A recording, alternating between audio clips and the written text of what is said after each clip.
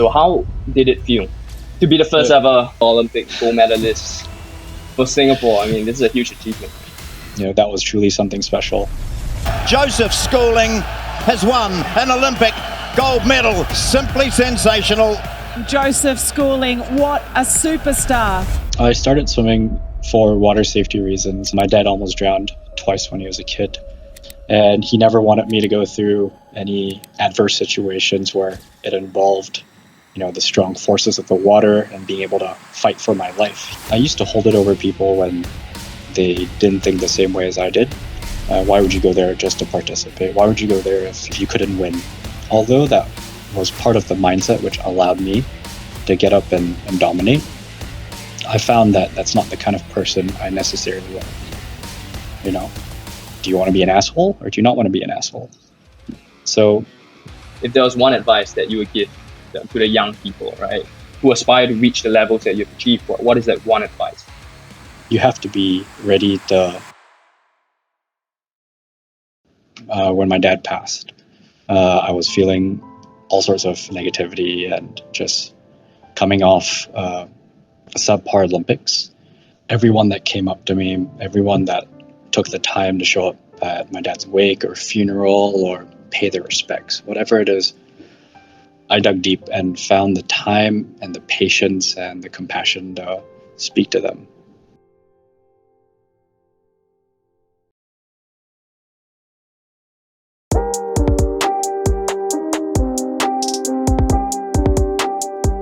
Why not we start by introducing yourself, right? Like, what's your name? What do you do? Hey guys, my name is Joseph Schooling. I used to be a professional and former national athlete. I swam in 3 Olympics, 2012, 2016, and the Tokyo Olympics in 2021. And right now I've retired and I've started a few different ventures, both in the finance and sports space. What really inspired you, to start swimming? How did it all even begin? Yeah, so I started swimming for water safety reasons. I'm an only child. My dad almost drowned twice when he was a kid. So it was important to him that I was comfortable in the water.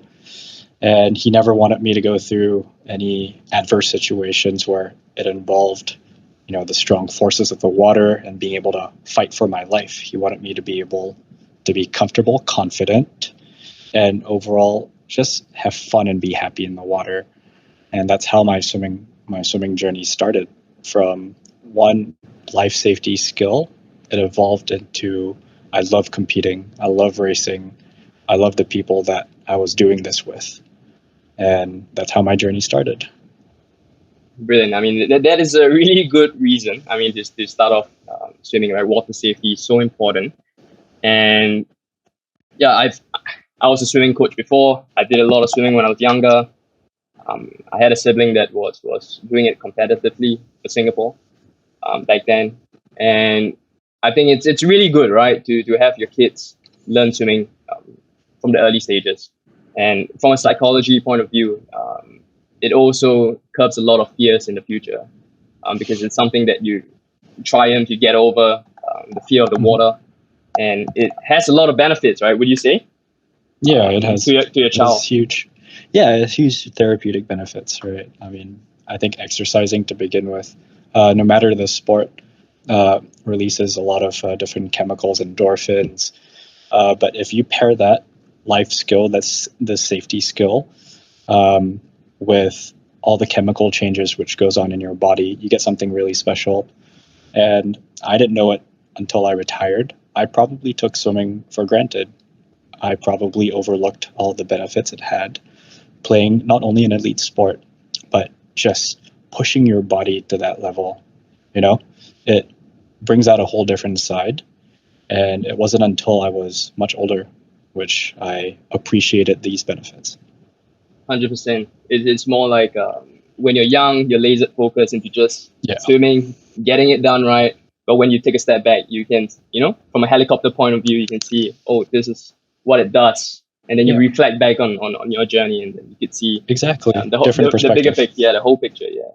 Yeah. So, okay, let's dive right into it. So how did it feel when you won the gold medal at the Olympics. Yeah. To be the first ever Olympic gold medalist for Singapore, I mean, this is a huge achievement, right? Yeah, it was a surreal feeling, man. And Viaano, like you said, in that moment, I probably did not appreciate the gravity or how special, this moment was. And it's only when you're further removed from a situation where a different perspective starts to sit in. And I do believe not only for my swimming career, but everyone's life, everyone's journey, that he or she will come to this reflective point where they look back and think, wow, that was truly something special. So I can speak for how I feel right now, and how I feel right now is very proud to not only have that accolade under my belt, but it gives me a whole new perspective of how important your support system is. And I've stressed this many times before. You're only as good as the people around you. Life is too hard to do this by yourself. And we all need some help along the way. So that took me some time to internalize that. I actually needed the support system. I needed help. And I'm not afraid to own it when I say that I would not be in this position had it not been for those supporting me along the way. So this is as much theirs as it is mine. Brilliant. I mean, I really resonate with that because, like yourself, I also sometimes it feels like it's a shame to ask for help. Mm-hmm. Like you think you can just do it alone, but then slowly as you grow, you mature, you realize that it's just too hard to do it by yourself, right? Like in any endeavor that you set yourself onto. So I think, thanks for sharing that, and I think that it really helps. And I think a lot of the audience will be appreciative of you saying that. And you're also giving me the platform for me to share this on, so I appreciate that. And it's also important for people to realize that you don't have to shout it to the entire world when you're asking for help. You can ask your closest friends. It should be private. I stress it should be private. This is an us thing. It's not anyone else's business. But you do need that person to be able to share these things with. Definitely. And just a branch off question from the original question. What was growing through your mind? Like in the immediate time when you realized that you've won, that when you came in first, what was going through your mind? Yeah, I think a lot of things, right? I think more relief than happiness at the time. And I was relieved that everything paid off. I was relieved to be able to achieve my life goal at that point. And I thought it was going to be a completely different feeling, and it wasn't. It was relief. To that, I would say maybe people experience happiness in different ways. Maybe I was compartmentalizing a lot of my fears or my doubts or all my feelings, and able to achieve this target of winning the Olympics. And after it was done and dusted, I allowed myself to feel all these things. So the short answer is it wasn't how I thought it was going to feel, but it was great nonetheless. It was awesome. I mean, yeah, apart from the happiness and all of that, like you mentioned, the very key word that I picked up was relief. It's like breathe, right? It's like having the whole world on your shoulders, the expectations that come with it, and to realize that you fulfilled that expectations. Must have mean a lot. Yeah, it did. And this is another thought I just had. We don't have to expand or unbox this part, but I think for anyone watching, it gives you a whole different perspective of what does happiness mean to you, right? Yeah, no doubt I was feeling happy, but I think the motives of why we do things, the whys, is more important. And those are the reasons which will propel us to do things on a longer time period. We speak about longevity, right? And mental health plays a huge factor into longevity, because you can be burning the candle on both ends, but that candle is going to slowly burn out. How do we find that perfect formula of longevity? Players like Tom Brady or Michael Phelps do, which we all hope to emulate. All right. Those are the true masters of their craft. And it's been nice to rub shoulders with Michael and witness what Michael's done in his long career. He's transcended the entire sport of swimming, and Tom Brady in his own right as well, for example. So it's pretty cool to use these people as real life examples to learn and not have to reinvent the wheel. 100%. I mean, the names you've mentioned, that's why they call them the GOATs, right? And yeah, exactly. I mean, the achievement, I mean, have been immense. And that's a question that I ask myself. And I also would like to ask you, like, how do top athletes like yourself, like Michael Phelps, like Tom Brady, how do you handle the pressure, and the expectations that come with being such an elite athlete? Like, there's so much noise going on. How do you block it out? Yeah, I think it's about execution, and also it's that question of nature versus nurture, right? I, for one, believe that each one of us, or some of us, are born with something that is unteachable. That kind of mindset, that spark that we're only predestined to have. Now, that might be closed-minded for me to say these are my views and my beliefs, but as a standard template for us to follow and execute under pressure, I think first thing, it's all about repetition. What does that mean? Practice. Right? I practiced under the gun to execute, to swim relaxed. And that's when we all swim our fastest, when we don't feel like we're held at gunpoint, right? And then the second thing is you do that over and over again in practice. You start cementing your neural fibers, your muscle memory, everything to perform at that go. And the next thing would be preparation is key, because I felt like I was unable to perform under pressure, or the pressure was insurmountable when I was not fully prepared. I did not believe in myself. So it's a combination of all these things put together, which allows us to handle the pressure, as we like to term it, or, don't crack under the pressure, right? There's so many moving pieces that go along with it. 100%. And like you said, it's just, you swim the fastest when you're not really bogged down by a lot of pressure, a lot of expectations. So it's kind of like being in your own element, or even then changing the environment to make it seem or to suit your most comfortable state, right? And I think a lot of work goes into that. Yeah, and you almost have to be sick in the mind, in order to do that. I say this in jest, but bear with me. You got to be sick in the mind, because I've realized that in order to, let's say after the Olympics, I had a welcoming reception. I was exposed to a lot of things which not many people in my position were exposed to. I had a lot of benefits, and as those benefits piled up, you start thinking more of what you stand to lose than what you stand to gain.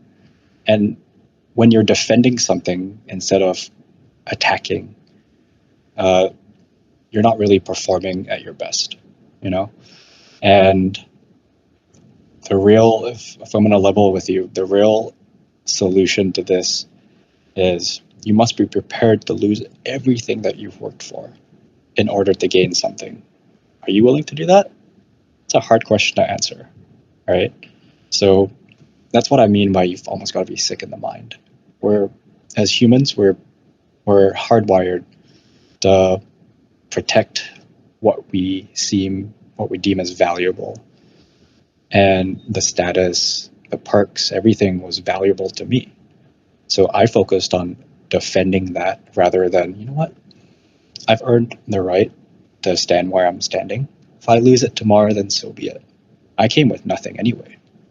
So that's a switch in your mind that's hard to flip, I think that's well said. I mean, that's what sets the best apart from the rest, right? Exactly. Is having that mindset to go all in, nothing to lose. I've done it all. And I think, no, I think that's brilliant coming from your standpoint, because it's a different position, like you said, when you are fighting for something and when you're defending something. Yeah. And I think that it's really hard from a psychological point of view to go through as well, because it's like you're going through it for the first time as well.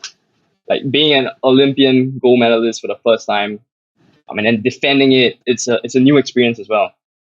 So Yeah. no, thanks for sharing that. I think really appreciative. They're able to share some of the insights that you have, genuinely gone through. And I mean, just to go more into that, like swimming, right? Like I'm sure a lot of people have influenced you over your career, over your journey. Who would you say are some of the most influential people in your life and in your swimming journey? Yeah, I think friends, family, like my parents, but also coaches. Yeah. And the teammates. The reason I went to the US was to train amongst the best. And if you want to be a killer, you got to be amongst killers. And what better place than, University of Texas or Bowls in the States. So all these different factions have played their role, and they've supported me to becoming who I am today. But first and foremost, parents, right? Because without supportive parents at 6 or 7 years old, I wouldn't have the avenue or the way to fine tune this skill set. I wouldn't have that Foundation. Foundation, the support structure to help me. So all these people I have to thank. 100%. And family is important, like you said. Support system is really important. Growing up, the upbringing really sets you up for the things that hopefully that people that want to achieve their goals in their life. And yeah, it's like we're young, we're kids, we're babies, right? We're like an empty canvas. Yeah. And parents play a huge role. Parents, teachers, friends. Yeah. Yeah. So fantastic. I'm sure your friends, family, coaches have definitely played a huge part in life for you to have done what you've done. They have. Okay, just a quick question, right? Just a very side question. Like, how was NS? How was Army? Like, you've been through it 2 years, as every Singaporean does. Well, what are like your overall thoughts about it? Yeah, that's all. Yeah, I think NS was also like a huge growing moment, growing moment in the sense where in swimming or in my own team, I have the autonomy to dictate what goes where, who does what, and I am in control of my future. And NS came at a point of time where it was very turbulent for me. It's taught me to learn how to go with the flow, how to let go of control of a situation, and make the best out of something and not everything needs to be perfect, but there are different ways to get from point A to point B. I found that there are very many people that are willing to give up their lives to defend our country. I found that there are different ways to achieve a certain goal. Different perspective. I live in a bubble, You got my teammates, you got family, friends I grew up with, and so on and so forth. We all share similarities. So we hang out with each other.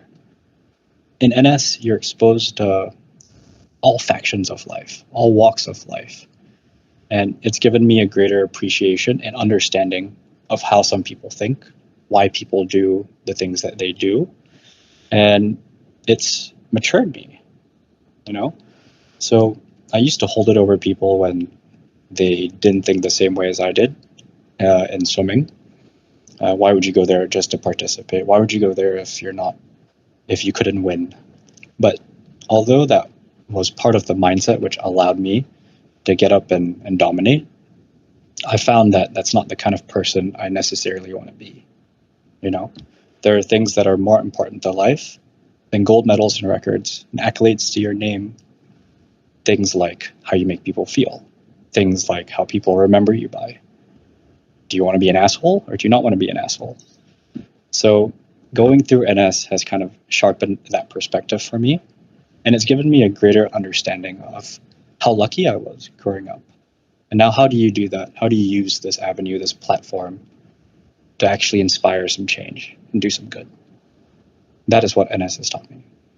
Brilliant. I think what you said makes a lot of sense. The diverse perspective, the different mindset, different thinking of people from all walks of life, how it's able to mature your view, not only as an athlete but as a human, as a person. Like myself, like we know a lot of Singaporeans. There's a lot of lack of a better word, detest or hate when they have to serve 2 years. But if you got to do it, it's the hand that you're dealt. Why not make the best out of it? Like you said, to do well in whatever you're in. All right. So no, that's a really good perspective. And we're nearing towards the end already.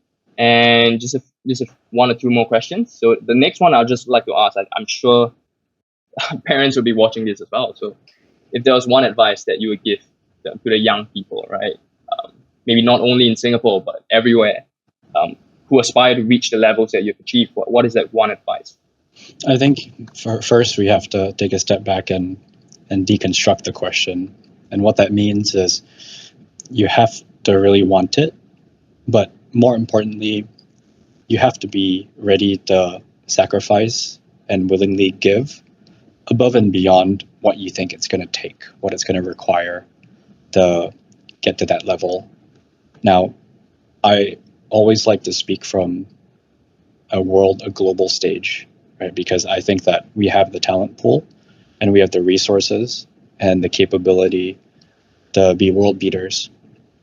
Now, with that being set in stone, whatever you think needs to be done, double, triple, or quadruple the amount of effort and how hard it's going to be to get to that level. Are you ready to do that? If you're still with me and the answers are yes, then we can talk more about it. But you really need to take a hard look in the mirror and ask yourself, is this what I really want? My parents spent about 4 years apart from each other, on and off during a calendar year. We'd see each other maybe 5 to 6 weeks if we were lucky. And that's balancing their business, that's balancing their family life, and that's also trying to keep me on the straight and narrow, you know? And if you can answer those questions wholeheartedly and confident as a yes, then there are about 7 or 8 more different steps that we need to speak about. Not many people would get past that first hurdle, but if you think you can and you want it bad enough, your child, then it is a shot worth taking. That's what I'd say.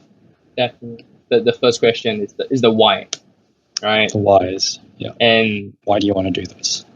100%. And is it, do you really want to do it, or is it like you said, like, is it someone else's wish for you, like your parents, or is it you? Right? I think that's the most important, because at the end of the day, it's you that's going to go out there, put in the work, do what you have to do to become what you want to be.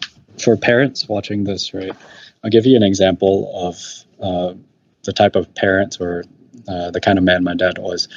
You know, we always get a report card from school, your conduct, right? You got grades, so and so, yada yada, and in the bottom of the report book, it says class conduct, right? And my dad would skip through all the grades, and he'd go straight to the conduct. If he saw something like Joseph was misbehaving, he's a nuisance to class, so on and so forth, I wasn't conducting in my way of what it's like to be a gentleman, then it's going to be a long night for me, you know? So we have to look past grades. We have to look past, you know, how well we score in an exam. And he wanted to know that I was maturing into the proper human being, right? Living up to the standards which he held me accountable to. So that was the kind of parenting I was brought up with. Grades will come and go. It's not a yardstick for how successful you're going to be in life.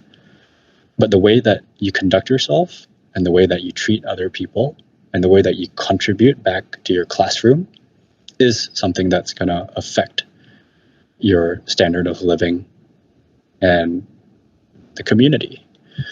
So yeah, that's a short little example. There's a nice example and an anecdote from your dad. And no, I agree, because a lot of people tend to focus on the strengths, but when you ask someone about their weaknesses, a lot of people can't really answer that. And Yeah. no, that's a great one.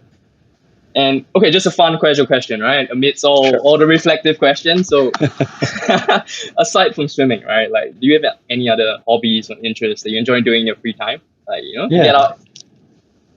I love playing golf. Mm-hmm. I recently picked up badminton as well. I used to play tennis once a week, but somehow I've completely lost all motor skills for that. But golf would be the number one pastime right now. Fantastic. So once again, Joe, thank you so much for coming on, and Thanks, I really man. appreciate everything that you do. And Yeah, man. Your attitude determines your altitude, and I think it's a real testament to how I perceive or get through tough times.